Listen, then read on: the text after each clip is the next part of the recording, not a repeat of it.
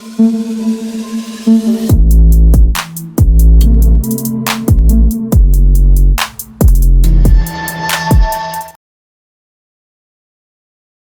warahmatullahi wabarakatuh nih teman-teman ya. Selamat pagi semuanya buat teman-teman komunitas Didi Channel ya. Apa kabarnya? Semoga baik selalu ya teman.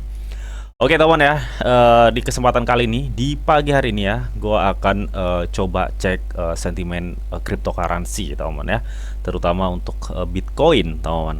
Oke, karena akhir-akhir ini tuh banyak sekali ya sentimen-sentimen yang memungkinkan ya market itu mengalami penurunan gitu teman. Seperti yang udah gue jelasin sebelumnya di video gue teman, atau di live streaming juga sering gue katakan ya, bahwa akhir tahun tuh biasanya akan ada info-info yang bisa dibilang tuh food lah ya teman ya, yang bisa menyebabkan market itu terdorong lebih turun lagi gitu teman. Oke teman ya. Dan seperti sebelumnya ya, seperti sebelumnya ya, buat teman-teman semua yang mungkin belum subscribe, silahkan subscribe dulu teman-teman, karena setiap harinya ya di sini gua akan share seputar informasi cryptocurrency serta sentimen-sentimennya gitu teman. Oke. Dan buat teman-teman semua juga yang mungkin nih belum gabung di grup Telegram gua, silahkan gabung. Di sini juga gue setiap harinya akan share informasi-informasi terbaru mengenai cryptocurrency serta sentimen-sentimennya. Dan kalian juga nanti bisa sharing ya seputar cryptocurrency dengan gua dan teman-teman lainnya di sini, teman ya. Oke, dan dipastikan kalian nggak bakal ketinggalan mengenai info-info seputar news cryptocurrency. Dan untuk link join gue sediain di kolom deskripsi ya. Jadi tunggu apa lagi? Gue tunggu kalian di grup Telegram gua. Oke. Dan kita langsung aja ya, kita langsung aja ke apa namanya, coin market cap ya, untuk melihat perkembangan cryptocurrency saat ini, teman. Nah, di sini terlihat banget ya untuk Fear and Greed Index, teman, ini menurun, teman ya. Artinya tingkat keserakahan sedikit berkurang ya. Karena apa? Karena kalau kita lihat market Bitcoin ya, saat ini tuh mengalami benar-benar turun ya teman, benar-benar turun. Dan untuk penurunannya itu udah gua iniin ya. Saat ini masih tertahan di area 41 teman ya, ini ya. Masih tertahan di area 41. Apakah ini masih ada kemungkinan atau potensi penurunan yang lebih dalam, Bang? Kalau gue rasa sih masih ada teman ya. Makanya di video kemarin juga gue udah bilang, atau di grup Telegram juga gue udah bilang, bahwa ini masih ada potensi penurunan yang lebih dalam untuk Bitcoin, teman-teman ya. Oke, jadi harus hati-hati kok, harus hati-hati banget ya teman-teman ya. Jangan terburu-buru untuk masuk ya, apalagi saat ini menjelang akhir tahun. Kita nanti bisa lihat perkembangan marketnya ya, mungkin di sekitar tanggal 20 sampai 25 lah ya. Biasanya kita udah terlihat banget ya, karena ini bener-bener momen dimana orang mau apa namanya, nggak mau ketinggalan, atau bisa dibilang menunggu buy the dip ya, menunggu dip. Dan orang yang berspekulasi ingin mendapatkan harga yang lebih rendah ya. Biasanya momen-momen akhir tahun tuh seperti itu ya. Jadi campur aduk lah bisa dibilang tuh seperti itu. Nah, kiranya ada sentimen apa sih ya yang menyebabkan terjadinya koreksi market Bitcoin ini selain momen akhir tahun ini, teman? Oke, jadi kita langsung aja ya teman, kita langsung aja. Oke, yang pertama nih teman ya, karena memang saat ini narasinya itu lebih ke ETF ya, kalau gue rasa ya, narasinya itu lebih ke ETF. Jadi banyak sekali news-news yang memberitakan mengenai ETF gitu teman ya, apalagi untuk persetujuan VanEck ya, untuk manajer aset kelas perusahaan manajer aset ya, yang bernama VanEck itu kan nanti di awal-awal Januari ya teman ya, nanti akan disetujui atau enggak ya teman, kita tunggu aja. Nah, di sini gue kutip dari bitcoin.com ya, katanya Fidelity raksasa keuangan membahas aplikasi ETF Bitcoin Spot dengan SEC. Jadi baru-baru ini Fidelity itu mengadakan ya pertemuan dengan SEC ya, tentunya untuk membahas aplikasi perusahaan dari West Origin Bitcoin Trust, teman ya. Oke. Dan tentunya pertemuan-pertemuan ini ya tentunya sangat positif banget ya untuk perkembangan ETF Bitcoin. Artinya di sini benar-benar ada progres untuk menuju approve persetujuan ETF Bitcoin ya. Dan sebenarnya nggak hanya Fidelity aja ya teman, jadi banyak sekali perusahaan-perusahaan manajer aset yang apa namanya melakukan pertemuan dengan SEC, serta banyak juga beberapa perusahaan aset manajer yang melamar permohonan ETF spot Bitcoin, teman ya. Nih, SEC baru-baru ini bertemu dengan beberapa bursa dan pemohon ETF Bitcoin spot lainnya mengenai aplikasi mereka. Artinya banyak yang tertarik ya, banyak yang tertarik ya untuk pengajuan ETF Bitcoin spot ini, teman ya. Karena memang kalau gue rasa Bitcoin ketika nanti ETF udah masuk sangat berpotensi meledaknya itu cukup tinggi banget ya kalau menurut gue pribadi gitu, teman. Ya, apalagi nanti setelah halving ya, masa-masa bull run itu. Gue nggak bisa bayangin harga Bitcoin nanti sampai mana gitu, teman. Karena ini benar-benar momen bersejarah banget ketika memang nantinya ETF spot ini disetujui semua ya. Kan banyak tuh ya ETF spot yang pengajuan ETF spot kan banyak gitu, teman. Ya, jadi kalau disetujuin 1-2 ya efek ada efeknya. Tapi gue rasa kalau nanti ya yang banyak pakar atau analis menganalisa dari semua pengajuan ETF itu akan disetujui 90%, teman. Artinya hampir semua ya disetujui. Nah, itu akan menimbulkan dampak yang cukup luar biasa untuk Bitcoin ya, teman. Karena memang Bitcoin juga saat ini ya udah dianggap sebagai emas digital. Bahkan untuk kelangkaan dari Bitcoin itu melebihi emas ya. Itu kemarin udah gue bagikan untuk newsnya ya, teman, di video gue sebelumnya. Oke. Nah, saat ini teman ya, katanya di sini investor sangat menantikan keputusan SEC, teman ya, mengenai ETF Bitcoin spot ya. Apalagi yang pada awal-awal nanti ya, awal tahun 2024 itu kan FANEC, teman ya, persetujuan awal paling cepat pada kuartal pertama tahun depan, teman. Katanya hal ini tuh memicu aliran masuk yang signifikan lebih dari 2,4 miliar ke dalam produk investasi, teman. Ini baru FANEC aja, belum nanti BlackRock, belum yang lainnya gitu, teman ya. Kalian bisa bayangkan sendiri ya, ketika memang benar nantinya banyak manajer aset yang disetujui atau di approve Bitcoin ETF spot ini oleh SEC ya, di approve oleh SEC.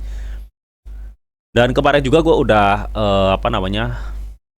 bahas juga ya mengenai SEC yang memberikan sebuah edukasi juga terhadap aset kripto yang itu menunjukkan sangat sentimen positif sebenarnya, teman ya. Oke, jadi itu aja ya, teman ya, mengenai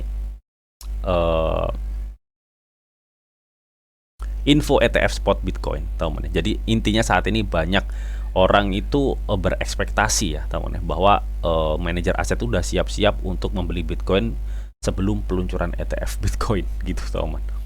Oke, jadi ini cukup good banget sebenarnya infonya ya, teman ya. Dan ini menurut gue pribadi, news ini atau sentimen ini tuh yang menahan harga Bitcoin saat ini gitu, teman. Nah, kalau tadi kan info yang cukup bagus, teman.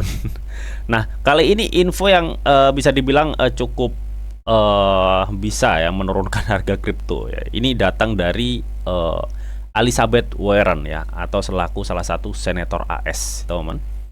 Katanya Elizabeth Warren memperluas koalisi ya untuk RUU pemberantasan kripto ya. Jadi ini orangnya, teman ya. Kalau tadi kata anak-anak di grup Telegram ini, emak-emak nih banyak tingkah katanya. Suwe banget dah. Oke ya. Jadi ini adalah senator AS ya yang bernama Elizabeth Warren. Dia itu memperkenalkan rancangan undang-undang untuk menindak cryptocurrency lagi, teman ya. Jadi fokusnya itu masih tetap kayak tahun-tahun lalu ya. Jadi memang orang ini tuh kayak nggak mau inovasi ya terhadap dunia finance, sepertinya seperti itu. Ini orang ini sama si Gary Gensler atau ketua SEC itu klop lah pokoknya ya. Nah, fokusnya katanya ya, fokusnya untuk undang-undang yang Elizabeth Warren perkenalkan ini fokusnya adalah undang-undang anti pencucian uang atau money laundry, teman ya, untuk aset digital, menutupi celah dan memerangi aktivitas keuangan terlarang menggunakan cryptocurrency, teman. Oke. Jadi dia itu masih ketakutan atas pencucian uang yang nantinya akan terjadi ketika kripto secara terburu-buru disahkan gitu, teman ya. Padahal saat ini nggak AS ya, orang itu nggak beracuan sama AS, orang tuh malah terpikat dengan negara-negara yang mensupport cryptocurrency seperti Singapura, Jepang, dan apalagi Hong Kong gitu ya, yang untuk regulasi cryptocurrency itu cukup sangat jelas banget, teman. Bahkan di situ investor diwajibkan, bukan diwajibkan ya, diadakan opsi memilih ya. Kalau lu investasi di kripto ini, resikonya ini, dan lu kalau investasi di kripto ini resikonya ini. Jadi ada opsi gitu ya di Hong Kong gitu teman. Dan itu udah pernah gue bahas di bulan-bulan lalu teman. Katanya ya, dengan memperluas koalisi dukungan dari Komite Perbankan, Senator si Elizabeth Warren ini ya mendukung lebih banyak regulasi terhadap aset kripto. Jadi bisa dibilang ya, karena perkenalan rancangan undang-undang yang ditindaklanjuti oleh salah satu senator AS yang bernama Elizabeth Warren ini, teman. Itu tuh bisa dibilang ya, regulasi AS untuk kripto itu kedepannya akan sangat ketat banget, teman ya. Dengan bayangan ketakutan money laundry atau pencucian uang itu tadi, gitu teman ya. Ya mudah-mudahan ini sih nggak ini ya teman ya, nggak menutup perkembangan inovasi finance di AS gitu teman. Karena memang untuk regulasi AS itu sudah cukup tertinggal banget dengan negara-negara yang saat ini benar-benar nge-support cryptocurrency ya teman. Ya. Oke. Jadi di sini ya, meski bagian senator AS bill apa? Jadi intinya nggak semua senator AS itu kayak si emak ini ya teman ya, emak Warren ini teman. Ya. Jadi banyak juga kok ya senator-senator AS yang nge-support inovasi finance cryptocurrency gitu teman ya.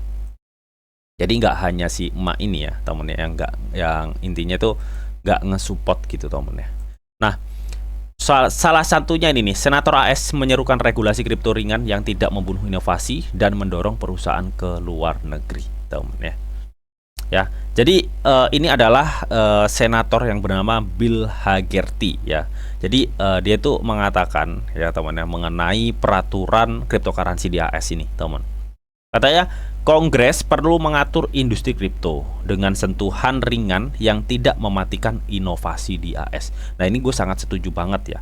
Tetap cryptocurrency itu harus terregulasi agar aman ya, agar para investor juga ingin aman gitu teman.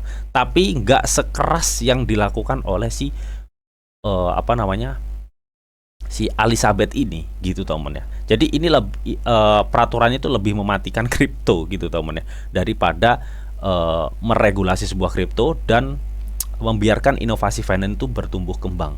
Ya, jadi gue cukup setuju banget yang dikatakan oleh salah satu senator AS yang bernama Bill Hagerty ini yang mengatakan Kongres perlu mengatur industri kripto dengan sentuhan ringan ya yang tidak mematikan inovasi di AS gitu teman.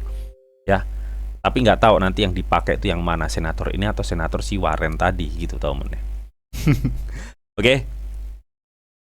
Oke, dan selanjutnya teman ya. Nah, ini nih ya, gue kutip dari bitcoin.com juga, katanya Elizabeth Warren berkonspirasi dengan ketua SEC Gary Gensler ya. Ini yang udah gue bilang, ini tuh satu paket ya. Karena terindikasi bahwa mereka berdua itu teman dekat katanya gitu, teman ya. Nah, berhubung di sini ya pengacara di cryptocurrency itu yang vokal banget ya, pengacara yang bernama John Deaton, teman ya. Katanya baru-baru ini tuh mengklaim senator AS Elizabeth Warren telah melanggar sumpahnya sebagai anggota Komite Perbankan Senator AS, teman. Oke.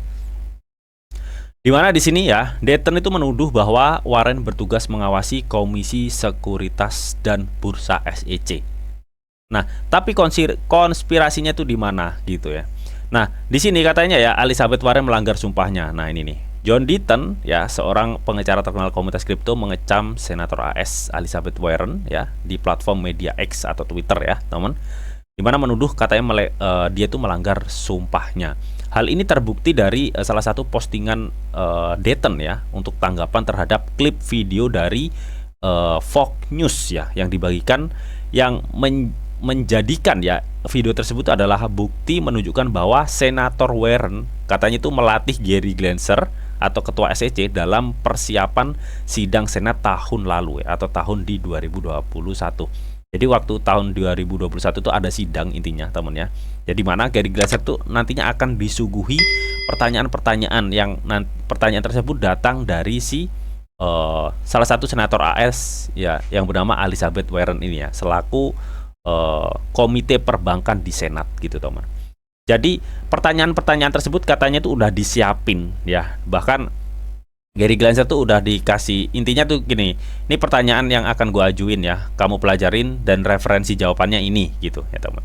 Nah harusnya kan nggak seperti itu ya, harusnya sebagai Komite Perbankan Senat ya teman ya. Bahkan si Warren ini harusnya lebih lebih apa namanya lebih tajam ya terhadap SEC karena tugasnya itu juga mengawasi gitu teman ya, mengawasi. Nah ini malah nggak menyulitkan SEC ya, malah melancarkan gitu teman ya. Artinya di sini tuh ada kayak kong kali kong gitu ya teman ya, dari si apa namanya ini Senator Elizabeth Warren dan SEC Gary Gensler teman ya. Katanya dia teman dekat gitu teman ya. Nah itu yang menyebabkan John Deaton tuh geram gitu teman. Bahkan dia tuh menuduh bahwa Elizabeth Warren tuh telah melanggar sumpahnya sendiri sebagai anggota Komite Perbankan Senat teman. So bagaimana menurut kalian mengenai hal ini ya? Kalian bisa tuliskanlah pendapat kalian di kolom komentar. Jadi gue rasa karena news ini juga ya, gue saat ini berpikiran bahwa mungkin saja kedua orang ini yang menyebabkan AS cryptocurrency di AS itu sulit tumbuh gitu teman ya, karena peraturan-peraturan dan regulasi-regulasi yang diajukan oleh mereka berdua ini gitu teman ya. Gue cukup setuju dengan yang dikatakan oleh salah satu senator dari AS ini ya, yang bernama Bill Hagerty ya. Jadi memang untuk cryptocurrency itu harus ada regulasinya, harus ada yang diatur, tapi dengan sentuhan ringan yang tidak mematikan inovasi di AS. Jadi gue cukup setuju banget ya dengan pernyataan dari salah satu senator AS ini gitu teman. Oke, bukan senator AS yang ini nih ya. Oke. Nah, jadi kurang lebih itu tadi teman ya, beberapa news teman untuk cryptocurrency saat ini teman. Oh ya, dan yang terakhir teman ya, di sini gue kutip ya, ini dari data sentimen. Sebentar.